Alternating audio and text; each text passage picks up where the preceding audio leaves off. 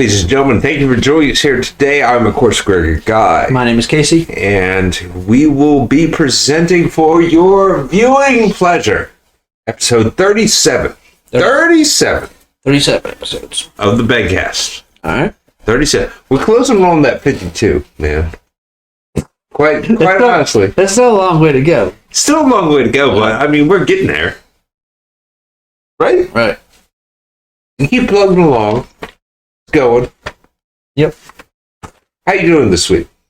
Doing all right. Feel good? Yeah. What are we going to talk about this week? We're talking about the speech. Oh, the speech. Do you want to go on? Or do you want me to? The most divisive speech in American history, as many are calling it. Okay. MSNBC's calling it the beginning of the Civil War. That's what MSNBC's calling it. What? Yeah. Really? Yep. They're actually stating that this is it. Well, CNBC is MSNBC is delusional. They've been delusional for. They caught the Orange Man Bad syndrome a long time ago, and they've never recovered. I need to talk about this too. I think it's terminal. Okay. Before we even get started on realistically that CNN at this point in time is more of a reputable news outlet than MSNBC.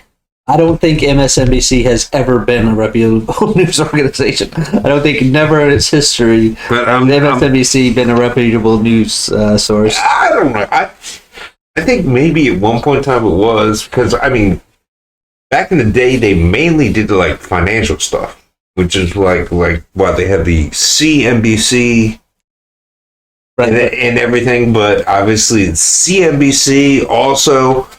Don't listen to them for any type of financial advice. Don't they have that crazy fucking red-haired guy who was always yelling at Jim Carter?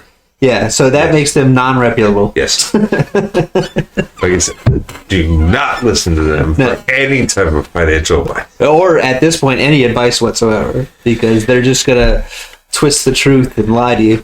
But I mean, it's all in the. I guess you have to assume the NBC family, right? It also CNBC, MSNBC, yes, and probably. But you know what the MS stands for in the MSNBC? Microsoft, yeah.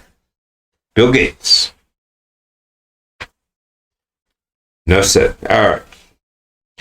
So I kind of just want to start. We're talking about Biden's speech the other day. Yeah, I mean, we went off a little bit of tangent at the beginning. I don't remember 100% what day that was. I don't know.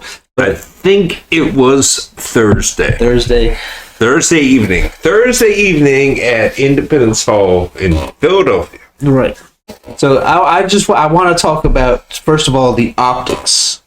The optics to start off with. So what happens is Joe Biden, a bell tolls in the background, and then they introduce Joe Biden and Dr. Jill Biden, and then they walk down across the red carpet in 2 American flags and 2 Marines on each side of them, and he stands on the podium. And then the lights go down, and then a red light goes up and behind him, and then there's 2 blue lights flooding the sides. But if you do a close-up picture of Joe Biden, it's deep blood red, and he's got the 2 Marines standing behind him, and it looks horrifying. It seriously looks dictator style. I'm gonna murder the country. Kind of look. Well, at the same point, look, I'm going to play devil's advocate. Okay. For once in my entire fucking life. Okay. You cannot say that a color of the background means something.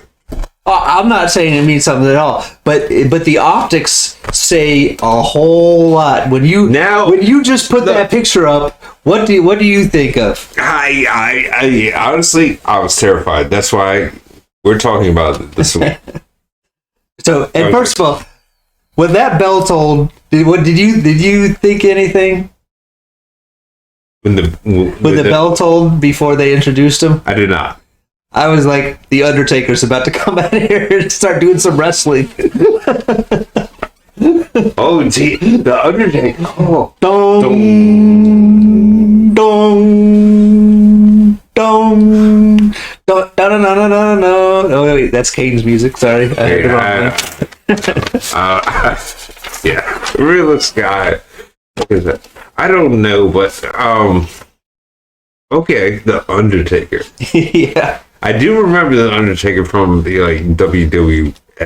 Yeah, it's WWE now, but it used to be F back in the day when we used to watch when we were kids. Fair enough. That was like 30 years ago. You realize that? We're old. I think they were honestly trying, as a devil's advocate myself, I think they were trying to do... Your phone just... No. Yeah, it did. Oh, mine did? No, that was the computer. Again. Oh. Your notification on your computer. My computer just Undertakered me. Anyways. I think they were trying to make Joe seem powerful. I think that's what their attempt was. Although, I mean, any American who knows Joe Biden and who he is and what he is, we know he's kind of like the fool, and he's the puppet of the corporations and the what's that? I mean that's fair, but I mean before we even get into this, let's just basically lay out what happened. You know what I mean? I mean, we kind of did to a tiny extent, but... Well, at first I did the optics, and then I kind of took notes along this speech. If you want, we can go through all the first thing he does. Let's talk about the entire general 30-minute speech. It was a 30-minute speech. Right, you have to go through it piece by piece. Right, but I mean, I'm just saying the overview. The overview of the speech, nothing changed for me. Joe, I know. I mean, I personally believe Joe Biden is nothing more than a puppet, and he's going to say whatever they put on a teleprompter. I mean, that's fair, but